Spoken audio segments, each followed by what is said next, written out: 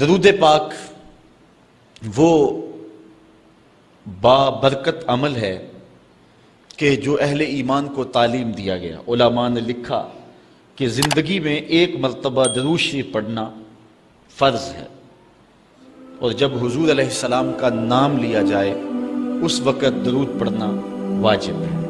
اس کے علاوہ بھی وجوب کے اور بہت سارے مقامات علماء نے بیان کیے، اور نمایاں 40 مقامات علماء نے بیان کیے جہاں درود شریف پڑھنا مستحب ہے، لیکن بعض مقامات پہ درود شریف پڑھنا مکروہ بھی ہے، جس طرح باتھ روم اور اس قبیل کے اور مقامات اور جگہ اور جو ہے وہ احوال ایسے ہیں جہاں درود شریف نہیں پڑھا جائے گا۔ باقی درود شریف وہ بابرکت وظیفہ ہے، وہ مقبول بارگاہ عمل ہے کہ جس کو جتنی بار مرضی پڑھو، ایک تو طبیعت میں اکتاہٹ نہیں ہوتی، انسان تھکتا نہیں، اور دوسرا اس عمل کی برکتیں اتنی ہیں، اس کا ثواب اتنا ہے کہ حضور نبی رحمت صلی اللہ علیہ وسلم کا فرمان حضرت ابو ہریرہ رضی اللہ تعالی عنہ سے سماعت کر لیجئے کہ حضور علیہ السلام نے ارشاد فرمایا، من صلی علیہ صلاۃ واحدۃ صلی اللہ علیہ عشرا، جو میرے اوپر ایک مرتبہ درود پڑھتا ہے اللہ تعالیٰ اس پہ 10 رحمتوں کا نزول فرماتا ہے۔ یہ اس بابرکت وظیفے کا نتیجہ ہے جو بندہ مومن کو نصیب کر دیا جاتا ہے۔ دوسری روایت حضرت انس بن مالک رضی اللہ تعالی عنہ سے مروی ہے، ان النبی صلی اللہ علیہ وسلم قال من ذکرت عنده فلیصلی علی ومن صلی علی مرۃ صلی اللہ علیہ بها عشرا۔ حضور نے فرمایا کہ جس شخص کے سامنے میرا ذکر کیا جائے اس کو میرے پہ درود پڑھنا چاہیے، اس لیے کہ جس نے میرے اوپر ایک مرتبہ درود پڑھا اللہ تعالیٰ اس پہ 10 رحمتیں نازل فرماتا ہے۔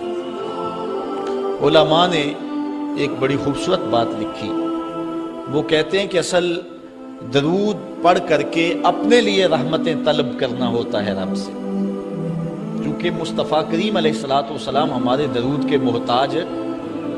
بندہ کہ میں درود پڑھ رہا ہوں، جب ہم نہیں تھے اس وقت بھی مصطفیٰ پہ درود پڑھا جا رہا تھا، جب کائنات کو خلق وجود بھی نہیں دیا گیا تھا مصطفیٰ پہ درود اس وقت بھی پڑھا جا رہا تھا۔ تو یہ ہم اپنی سعادت مندی حاصل کرتے ہیں۔ اس کی مثال یہ ہے کہ جو مانگنے والے ہیں وہ 2 طرح کے ہوتے ہیں۔ سورۃ الفاتحہ کی تفسیر میں نے مختصر بات آپ کے سامنے اس عنوان سے رکھی تھی۔ ایک وہ ہیں کہ جو ڈائریکٹ دروازے کو دستک دے کے صاحب خانہ سے مانگتے، صاحب خانہ اپنی توفیق کے مطابق اس کو دے نہ دے اس کی مرضی۔ اور مانگنے والوں کا ایک اور طریقہ ہوتا ہے کہ وہ مانگتے نہیں، کسی شخص کے دروازے پہ کھڑے ہو کے اس کو دعائیں دینے لگتے ہیں، تیرے بچوں کی خیر، تیرے والدین کی خیر، جہاں دادے پر دادے سے شروع ہوتے ہیں اور نیچے نسل تک آتے ہیں۔ تو وہ جب دعائیں مانگ رہے ہوتے ہیں تیرے خاندان کی، تیری جد کی خیر، تو گھر والا سمجھتا ہے جو ہمیں دعائیں دے رہا ہے اصل خود خالی جھولی لے کر آیا ہے، یہ کچھ مانگنا چاہتا ہے۔ تو کوئی شخص اللہ کی بارگاہ سے مانگنا چاہے، اللہ تو اولاد سے پاک ہے، تو اس کے محبوب کی خیر مانگو، اللہ تعالیٰ ایک بار خیر مانگو گے 10 رحمتیں جھولی میں ڈال دے۔ تو یہ مانگنے کا ایک مہذب طریقہ ہے جو اہل ایمان مانگتے ہیں۔ اس لیے اگر سارے وظیفے چھوڑ کے صرف درود پڑھا جائے تو یہ کیسا عمل ہے۔ حضرت ابی بن کعب رضی اللہ تعالیٰ عنہ سے مروی روایت ابھی آ رہی ہے، آپ دیکھیں گے کہ یہ کتنا بابرکت وظیفہ ہے جس کی تعلیم حضور ارشاد فرما رہے ہیں۔ حضور علیہ السلام کا ایک اور فرمان سنیے جس کو امام طبرانی نے اپنی موجم میں روایت کیا ہے۔ حضور نے ارشاد فرمایا، من صلی علیہ صلاۃ واحدۃ صلی اللہ علیہ عشرا، جو میرے اوپر ایک مرتبہ درود پڑھتا ہے رب تعالیٰ اس پر 10 رحمتیں نازل کرتا ہے۔ ومن صلی علیہ عشرا صلی اللہ علیہ مئۃ، اور جو میرے اوپر 10 مرتبہ درود پڑھتا ہے اللہ تعالیٰ اس پہ 100 رحمتیں نازل فرماتا ہے۔ ومن صلی علیہ مئۃ کتب اللہ بین عینیہ براۃ من النفاق وبراۃ من النار، اور جو شخص میرے اوپر 100 مرتبہ درود پڑھتا ہے اس کی 2 آنکھوں کے درمیان لکھ دیا جاتا ہے یہ بندہ منافق بھی نہیں ہے دوزخی بھی نہیں ہے، یہ نہ منافق ہے اور نہ دوزخی ہے، نفاق سے اور دوزخ سے بری لکھ دیا جاتا ہے۔ وَأَسْكَنَهُ اللَّهُ يَوْمَ الْقِيَامَةِ مَعَ الشُّهَدَاءِ، اور اللہ تعالیٰ جل شانہ قیامت کے دن جس مرتبے پر شہداء کو ٹھہرائے گا اسی مقام پہ درود پڑھنے والوں کو ٹھہرائے گا۔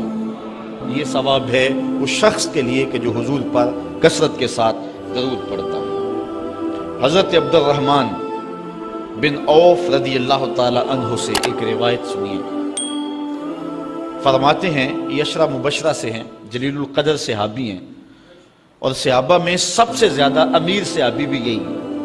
1,44,000 صحابہ میں سب سے امیر ترین صحابی حضرت عبد الرحمن ابن عوف رضی اللہ تعالی عنہ ہیں۔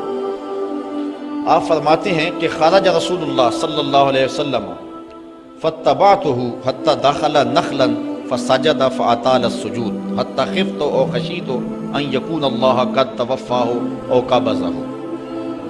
کہتے ہیں ایک دن حضور گھر سے باہر تشریف فرما ہوئے، مسجد نبوی سے نکلے تو میں بھی حضور کے پیچھے پیچھے چل پڑا۔ حضور علیہ السلام کے تتبع میں، حضور کی اتباع میں میں بھی حضور کے پیچھے چل پڑا۔ حتی داخل نخلا، یہاں تک کہ کھجوروں کے ایک باغ میں حضور تشریف فرما ہو گئے۔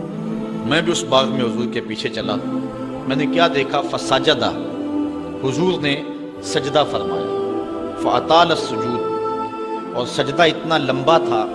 حتی خفت او خشیت ان یکون اللہ قد توفى او قبضہ، مجھے ڈر لگا کہ حضور علیہ السلام کا وصال ہو گیا، کہ حضور نے سر انور رکھا سجدے میں، پھر اٹھا ہی نہیں رہے تھے، تو میں ڈرا اس بات سے کہ کہیں حضور کا وصال نہ ہو گیا ہو، حضور علیہ السلام اس دار فانی سے کوچ نہ کر گئے ہوں۔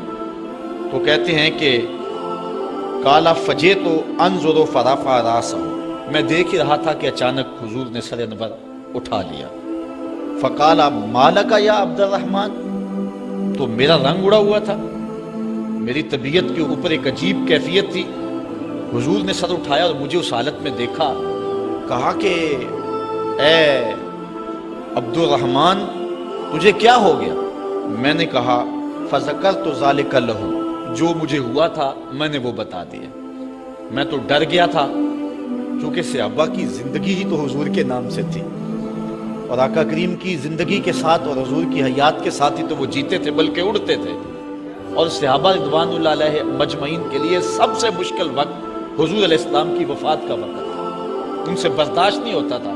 آپ نے پڑھا ہوگا سیر میں، علماء سے سنا ہوگا، حضرت عمر نے تلوار نکال لی تھی حضور کے وصال پر، کوئی کہے تو صحیح حضور کا وصال ہو گیا، میں گردن کاٹ دوں گا۔ روتے تھے، عجیب کیفیت تھی۔ حضرت ابوبکر صدیق نے ہاتھ آگے کیا، لیکن حضرت عمر جو ہیں وہ ان کی بات بھی سننے کے لیے تیار نہیں تھے۔ حضرت بلال چیخیں مارتے تھے، عجیب حالت تھی۔ حضرت سیدہ فاطمہ کہتی تھی سبت علی مصائب لو انہا سبت علی الایام سرنا لیالیا، لوگوں میرے اوپر جو مصیبتیں ٹوٹ پڑی ہیں، اگر وہ چٹے دنوں پہ پڑتی تو وہ بھی کالی راتیں بن جاتی، اتنی مصیبتیں آ گئی۔ حضور علیہ السلام کے وصال پر یہ صحابہ کی کیفیت۔ حضرت زید بن عبداللہ اپنے باغ کو پانی دے رہے تھے، حضرت امام زرقانی نے لکھا ہے ان کے بیٹے نے جا کے کہا کہ ابا جی کو بات سنی ہے؟ انہوں نے کہا بتاؤ بیٹے کیا ہوا ہے؟ کہا حضور کا وصال ہو گیا۔ تو حضرت زید نے یوں ہاتھ اٹھائے اور سنو انہوں نے کیا کہا، اللہم اذہب بصری حتی لا ارا بعد حبیبی محمد احدا، اے اللہ مجھے اندھا کر دے، مجھے نابینا کر دے۔ آنکھوں کے چراغ روشن اس لیے تھے کہ تیرے رسول کو دیکھتا تھا، اب حضور اگر اس دنیا سے چلے گئے تو میں نے آنکھوں کی چراغ کیا کرنے؟ تو اللہ تعالیٰ نے ان کی دعا قبول فرما لی اور وہ فوراً نابینا ہو گئے۔ کسی نے بعد میں ان کے پاس جا کر افسوس کیا کہ تمہاری آنکھوں کی بینائی جاتی رہی ہے، بڑا افسوس ہوا ہے۔ وہ فرمانے لگے تمہیں ہوا ہوگا، مجھے تو کوئی نہیں ہوا، میں تو حضور کے بغیر کسی کو دیکھنا ہی نہیں چاہتا۔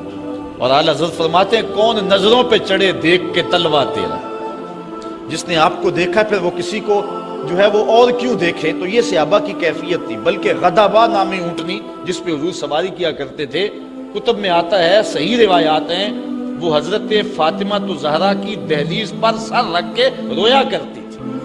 اور وہ یافور نامی دراز گوش جس پہ حضور سواری کیا کرتے تھے، جس کو ہم اپنی زبان میں گدھا کہہ لیتے ہیں لیکن نسبت رسول سے ہوگی تو پھر اس کو دراز گوش کہیں گے، تو وہ قبیلہ بنو سلیم کے کنویں میں چھلانگ لگا کے مر گیا کہ جب حضور چلے گئے ہیں تو ہم نے جی کے کیا لینا ہے۔